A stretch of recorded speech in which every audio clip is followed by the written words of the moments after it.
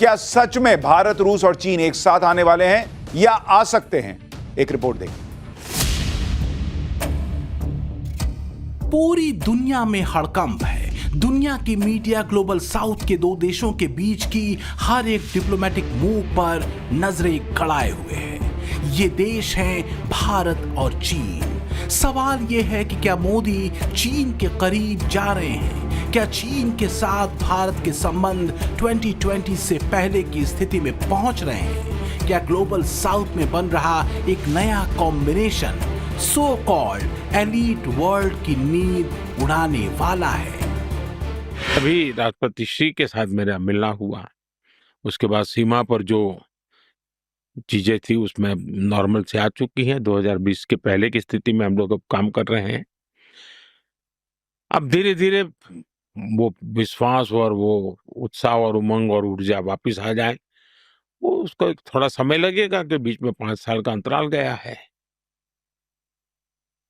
हमारा साथ होना ना सिर्फ बेनिफिशियल है बल्कि ग्लोबल स्टेबिलिटी और प्रॉस्पेरिटी के लिए भी जरूरी है।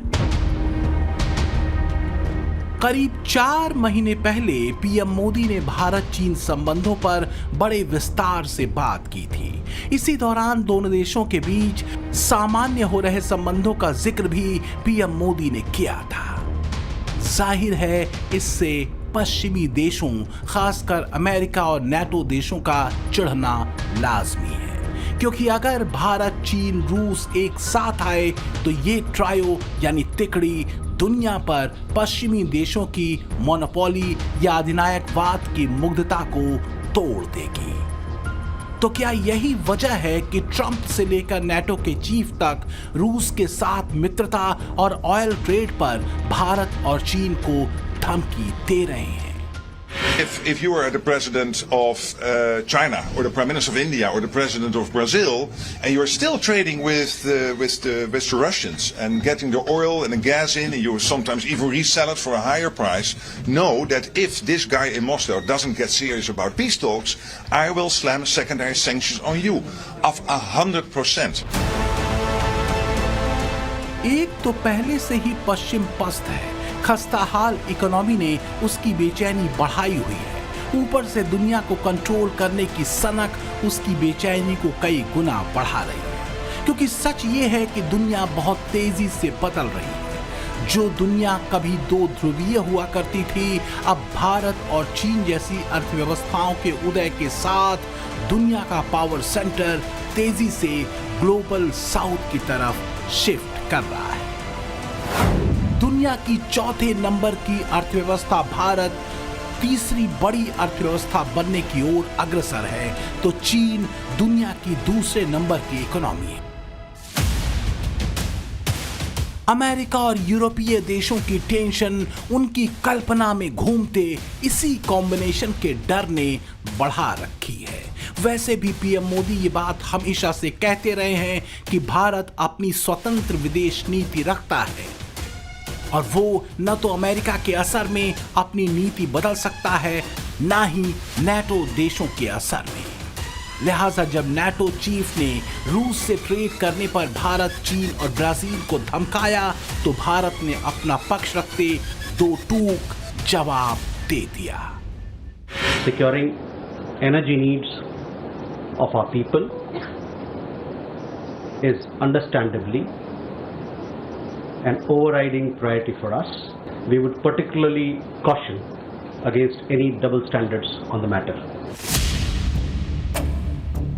जिस तरह से ट्रंप टैरिफ टूल लेकर दुनिया के देशों को धमकाने और अमेरिकी हितों में उन्हें झुकाने में लगे हैं, ऐसी स्थिति पिछले कई दशकों में देखने को नहीं मिली थी। इन परिस्थितियों ने और पाकिस्तान के साथ बढ़ते ट्रंप के प्रेम ने भारत को ट्रंप के ऊपर अविश्वास की कई वजहें दी हैं। तो एक तरफ अमेरिका में ट्रंप टैरिफ के जोर पर दुनिया को धमकाने में लगे। ऐसा लगता है कि वो चाहते हैं कि दुनिया के बाकी देश अपना हित छोड़कर अमेरिकी हितों पर ध्यान दें। दूसरी तरफ पीएम मोदी हैं, जिनका सूत्र चाहे देश के भीतर हो या बाहर एक है कि सब मिलकर चलें और सबका हित सधे। पर क्या ये इतना आसान है? क्योंकि नए भारत की विदेश नीति स्वतंत्र रही है। वो किसी गुट का हिस्सा नहीं बनना चाहता। हाँ, ये अलग बात है कि मोदी की नीति संबंधों में ईमानदारी और पारदर्शिता की रही। दोस्त के साथ हर हाल में खड़ा रहना है, लेकिन अगर कहीं गलत हो रहा है तो खुलकर गलती के बारे में कहना भी। यही वजह है कि मोदी की विदेश नीति पर दुनिया के ज्यादातर देश भरोसा करते हैं। जबकि ट्रंप का हाल क्या है, ये किसी से छुपा नहीं। कल तक जो ट्रंप पाकिस्तान को धमकाते थे, आतंकी देश बताते थे, अब उसी के प्रेम में गोते लगा रहे हैं। हद तो यह है कि इसके बावजूद ट्रंप पुतिन को कहते हैं कि वो सुबह शांति की बात करते हैं, रात में यूक्रेन पर मिसाइलें गिराते हैं। भाई, कभी अपने गिरेबा में भी झांक लो। ट्रंप और मोदी की नीति में सबसे बड़ा अंतर यही है। मोदी ने अगर रूस से ऑयल खरीदकर उसकी इकोनॉमी में मदद की, तो ये भी किया कि यूक्रेन के साथ वॉर में हमेशा पुतिन को खुले मन से कहते रहे कि ये समय युद्ध का नहीं। अब सवाल ये है कि आखिर क्यों भारत, चीन और रूस के बीच के संबंधों को लेकर अचानक तथाकथित फर्स्ट वर्ल्ड इतना व्यग्र दिख रहा है। तो इसकी वजह है रूस के साथ भारत और चीन दोनों के करीबी संबंध, क्योंकि दुनिया में सैन्य शक्ति के पैरामीटर पर अमेरिका, रूस, चीन और भारत सबसे शक्तिशाली देशों में से है। ग्लोबल फायर पावर की रिपोर्ट 2025 के मुताबिक सैन्य शक्ति के पैरामीटर पर पहले नंबर पर अमेरिका है, रूस दूसरे नंबर पर, चीन और भारत तीसरे और चौथे नंबर पर है। रूस, भारत और चीन के ट्रायो कॉम्बिनेशन से सो कॉल्ड एलीट वर्ल्ड की नींद इसलिए उड़ जाती है क्योंकि दुनिया की 3 बड़ी सैन्य शक्तियों का गठजोड़ अमेरिका के नेतृत्व वाले पश्चिम के पावर सेंटर को सीधी चुनौती देने का दमखम रखता है। रूस हमेशा से ये बात कहता रहा है कि अमेरिका और यूरोप अपनी पावर बनाए रखने के लिए फूट डालो, राज करो की नीति अपनाते हैं। What is happening right now in the Asia-Pacific region, the West has begun to call it the Indo-Pacific region in order to give its policy a clear anti-Chinese direction, hoping to thereby additionally gain the opportunity to pit our great friends and neighbors, India and China, against each other. Recently, President Putin recalled that it's simply a divide and rule policy. Trump के aggressive tariff war के माहौल में चीन और भारत के सामान्य होते संबंध क्या कोई संकेत दे रहे हैं? क्योंकि खबर ये भी है कि पीएम मोदी सितंबर में चीन जा सकते हैं। पिछले दिनों विदेश मंत्री एस जयशंकर शंघाई सहयोग संगठन के विदेश मंत्रियों की बैठक में जब तियानजिन पहुंचे तो उनकी मुलाकात शी जिनपिंग से भी हुई। Stable and constructive ties between India and China are not only to our benefit, but that of the world as well. This is best done by handling relations on the basis of mutual respect, mutual interest, and mutual sensitivity. We have also earlier agreed that differences should not become disputes, nor should competition ever become conflict. On this foundation, we can continue to develop our ties along a positive trajectory. चीन और भारत के रिश्ते क्या मजबूत हो सकते हैं?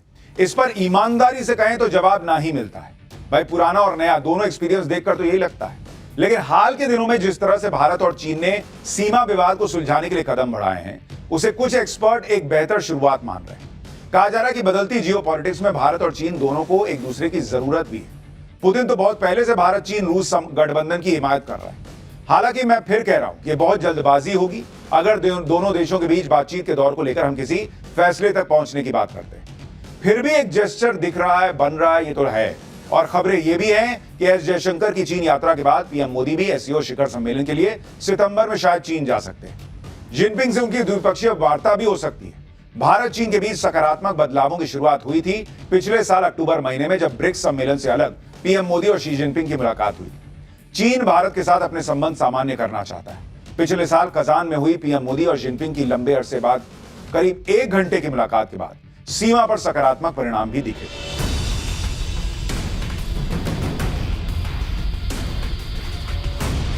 2024 से भारत और चीन के संबंध वापस सामान्य होते दिख रहे हैं।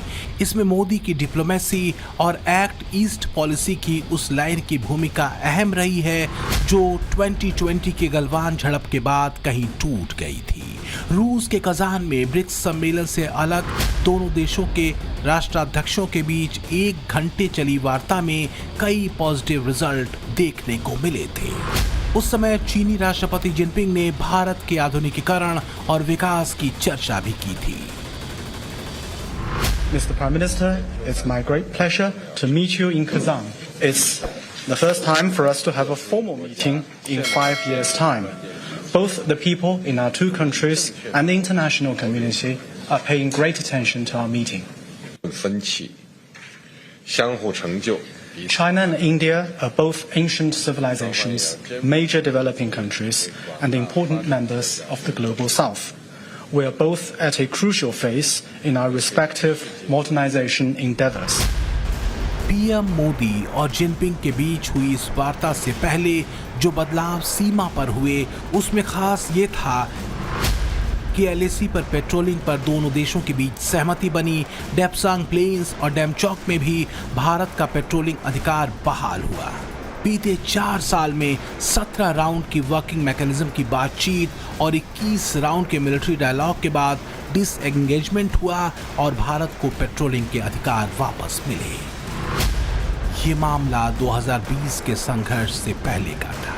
पूर्वी लद्दाख में पैंगोंग त्सो के क्षेत्र में गलवान संघर्ष के बाद एलएसी पर भारत और चीन के सैनिकों की मिरर डिप्लॉयमेंट हुई थी, यानी बिल्कुल युद्ध की स्थिति बन गई थी। लेकिन आखिरकार सीमा पर भारत की दमदार आर्मी और कूटनीतिक प्रयासों के आगे चीन को झुकना ही पड़ा। एक्सेलेंसी, सीमा पर पिछले 4 वर्षों में उत्पन्न हुए मुद्दों पर बनी सहमति का हम स्वागत करते हैं। सीमा पर शांति और स्थिरता बनाए रखना हमारी प्राथमिकता रहनी चाहिए।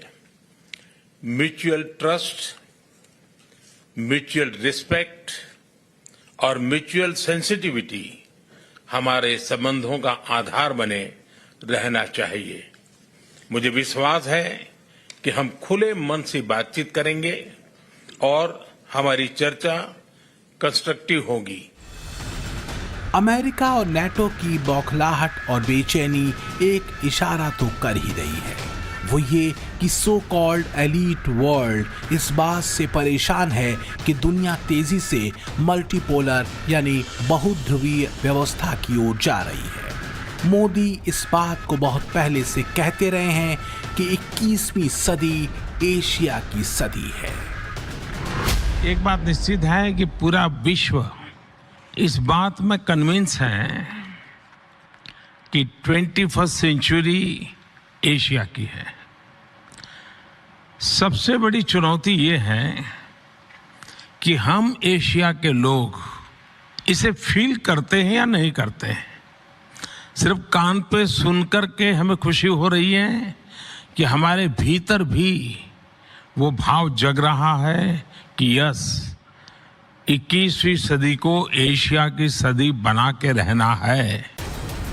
तो क्या चीन के साथ सामान्य होते रिश्ते और पीएम मोदी की चीन यात्रा को लेकर चलती खबरें वास्तव में दोनों देशों के ऐतिहासिक रूप से साथ आने के संकेत हैं? दरअसल इन संकेतों को खोजने के पीछे एक कॉमन वजह है जिससे भारत और चीन दोनों को जूझना पड़ रहा है, और ये है ट्रंप की टैरिफ वाली जंग जिसने पूरी दुनिया की अर्थव्यवस्था को एक बड़े उथल पुथल वाली धारा में डाल दिया है।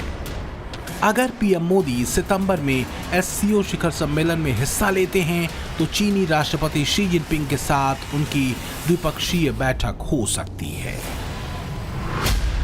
Since our leaders' meeting in Kazan in October 2024, the India-China relationship has been gradually moving in a positive direction. Our responsibility is to maintain that momentum. विदेश नीति में कोई शाश्वत दुश्मन या दोस्त नहीं होता। मेन मुद्दा होता है दो देशों का परस्पर हित, लेकिन ट्रंप और नाटो देशों के साथ कंडीशन दूसरी है। वो सिर्फ और सिर्फ अमेरिका या फिर अपने हितों को देख रहे हैं। Here today because we believe that America's destiny is to dominate every industry and be the first in every technology, and that includes being the world's #1 superpower in artificial intelligence. And we are way ahead of China. I have to say, we're way ahead of China, and the plants are starting up, the construction's starting up. अगर Trump अपने हितों के लिए दूसरे देशों पर दबाव बनाने और उनकी अर्थव्यवस्था को टारगेट करने की कोशिश करेंगे तो अपनी अलग राह तो पकड़नी पड़ेगी। इस मामले में पीएम मोदी का रुख एकदम स्पष्ट रहा है। जो भारत के हित में है सिर्फ वही सही। चीन के साथ भारत के संबंध वैसे तो बहुत भरोसे के नहीं रहे हैं, लेकिन बीते एक साल से दोनों देशों के बीच शुरू हुई बातचीत ने कुछ बेहतर संकेत तो दिए हैं, जिसमें कैलाश मानसरोवर यात्रा की बहाली के साथ ही भारत चीन सीमा विवाद पर बातचीत और द्विपक्षीय यात्राओं वार्ताओं पर सहमति बनी है।